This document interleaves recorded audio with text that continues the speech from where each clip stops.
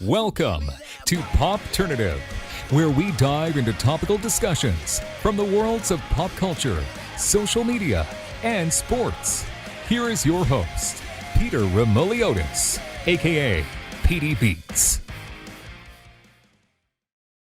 Hello and welcome to Popternative. This is the talk show and podcast where we have digital discussions, worlds of TV, film, pop culture, sports, lifestyle, everything really. Depending on the guest, we talk about it all. As always, I'm your host, Peter Remoliotis. On social media, you know me as PD Beats, and you will, of course, recognize my guest from Superman Lois on the CW. Alex Garfin is with us. Alex, welcome to Popternative, man.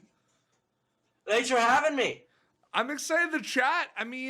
Right off the bat, it's so cool and unique that you basically get to play one of Superman's sons. That's a world we're not really used to. We don't know a lot about. What's that like right off the bat? Right off the bat, I think it was just an exciting and invigorating task to take on almost 90 years of canon and transport it to this new character. Yeah. We've never heard of Jordan before. Clearly he looks a little bit like Jonathan from the comics, but he is this new character, and being able to bring to life in a grounded manner a completely new character, adding on to one of the longest and most important figures in Americana. It was just an unbelievable task. I was jumping up and down. Absolutely. Preparation, I guess, is different for different roles, but what's going through your mind? You're casted as one of his sons. It's going to kind of be this role where, you're a little bit of an outsider. Your character doesn't know what's really going on a lot, right? Trying to fit in. What's that like from preparation standpoint, Alex? It was interesting because Todd Helbing, I think, said it best, our showrunner. This is a family drama with Superman in it. Yeah. And we really wanted to bring that grounded aspect to the show. Mm-hmm. And my character being quite central to a lot of the family drama, we really wanted to make sure it was done in a grounded manner. To make sure that, yes, he's a teenager and he'll have outbursts, but hopefully there'll be some communication and attempts to quell those.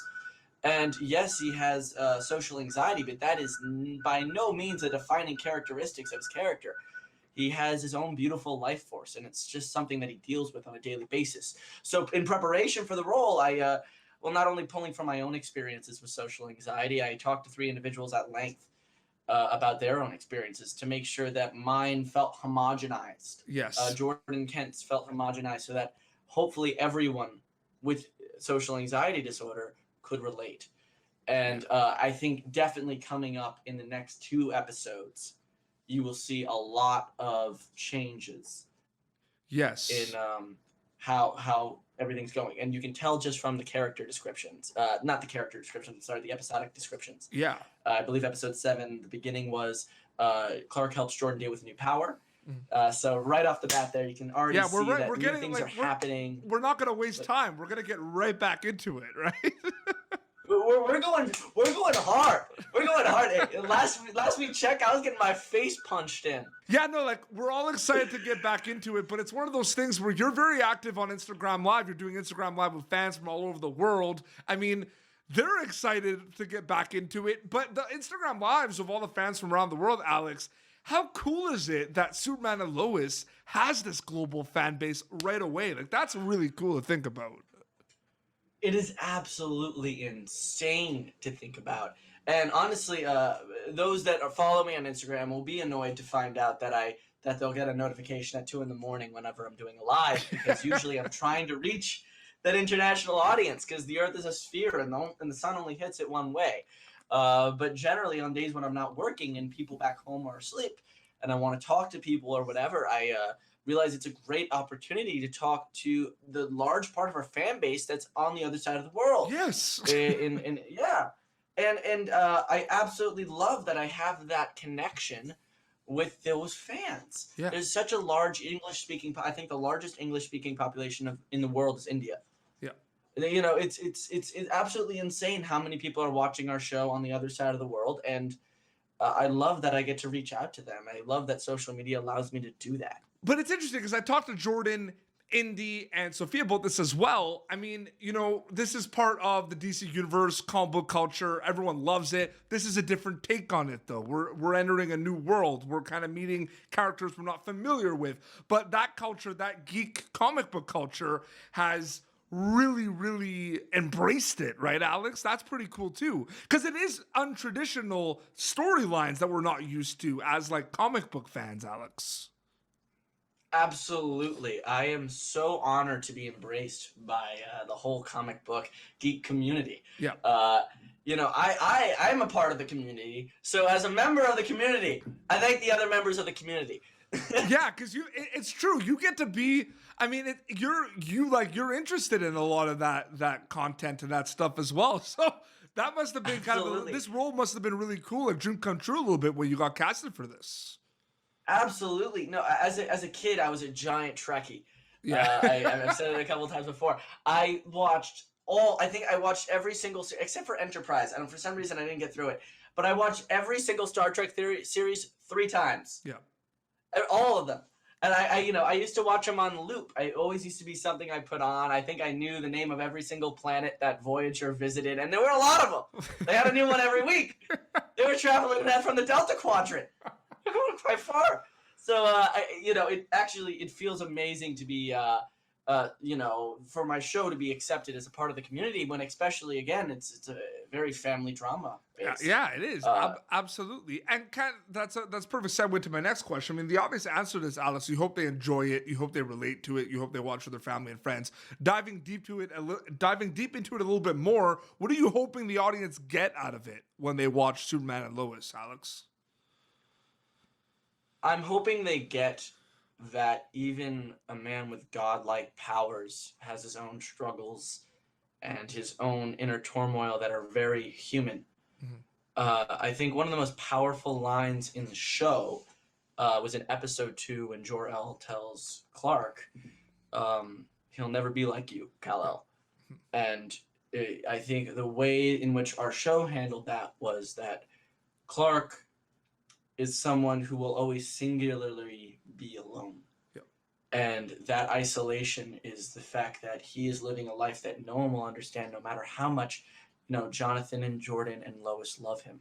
Yes. And him being absent for so much of their childhood and the guilt that he carries for that and the resentment that his 2 kids will always hold for that is powerful as well.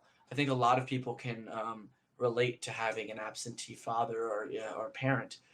So I think really what we could take from this show is that our problems are not even endemic to humanity. Yeah. They're life problems. Yeah. They're civilization problems. If someone would stop texting me, it was actually a producer. But sorry about that. They're civilization problems. They're problems endemic to consciousness. We can really go deep with it. And I think Jordan's journey is also absolutely fascinating because he had all those same things Clark has and didn't even know why. Yeah. He felt an alien. He felt different than everyone else. He felt as if, everyone was doing one thing and he was doing another and he was just an observer. Yeah. And man, is that powerful, at least to me, in the writing. Absolutely. But feeling as if you're an observer. 100%. But it kind of, Jordan Kent as a character, I mean, there's a lot going on with him. There's a lot of aspects that one can make an argument. Your character is very misunderstood. You don't know why. You don't understand why he's the way he is. I think, especially in those first 5 episodes, there's just a bottling up of anger from 14 years of his dad being gone. Yes. And you don't see him necessarily taking out his anger in healthy ways all the time. No. He joins the football team and starts kicking butt. I think there's an understanding that was unfair. Yeah. But at the same time, Clark knows that that's a healthy way in which he can let go of these emotions from 14 years of his dad missing his therapy and he's on benzodiazepines and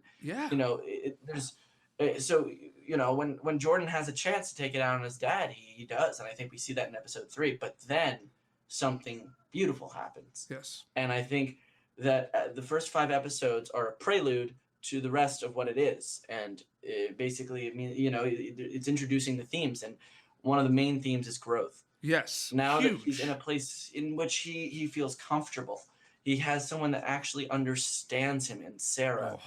His dad is being honest with him. His parents are being honest with them, at least to some degree. There is a tremendous amount of growth that you see. With a lot And of characters, but with relationship- your character, yeah. it's crazy. The growth is just endless with Jordan Kent, man. It's awesome. I really loved that. My dream always was to be a series regular on a TV show. Yeah. That was always my dream. If you asked me when I was a little kid walking around, I was a little sassy kid walking around, and I would have said that exact thing. It's because I would get to characterize someone in real time.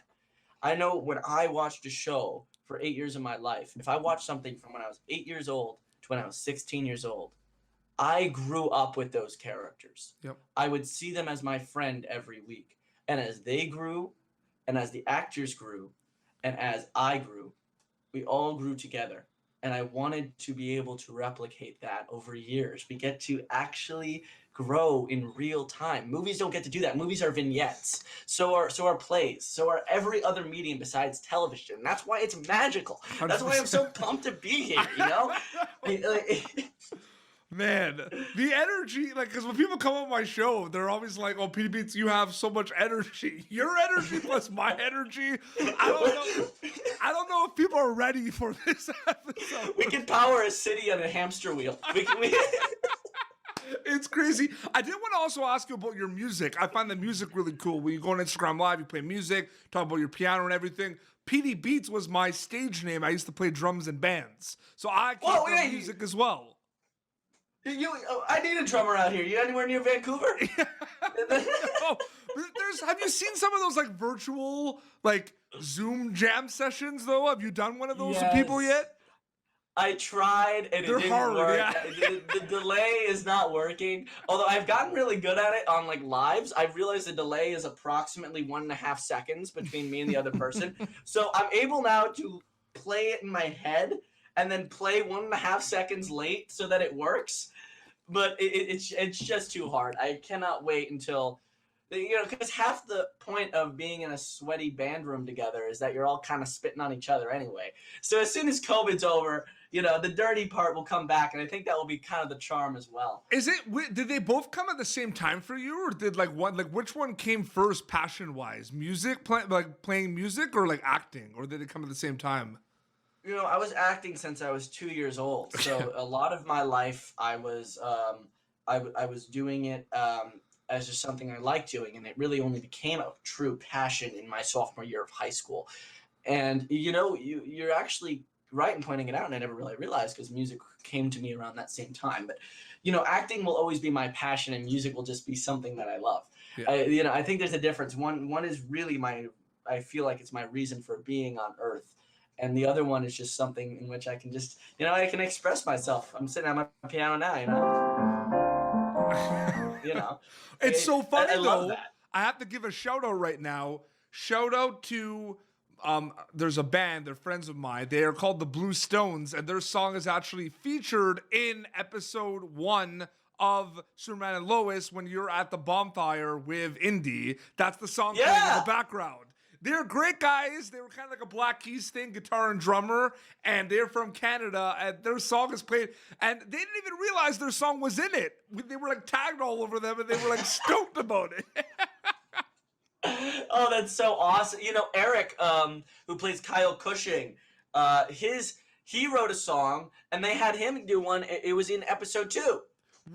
That's so cool. What is your go-to? Like, are you all over the map music-wise? Like, or like, are you a rock guy? Like, do you like everything? Like, what's that like? Because I'm everything. I listen to everything. I think I listened. I've listened to Mongolian throat singing. Right, I've gotten. Although the one thing I really never listened to before I came here was rap, and then I don't know why. I was exposed to it a lot. Everyone around me did. But then Jordan was the first person to get me into it. The guy who plays Jonathan in the show, my brother.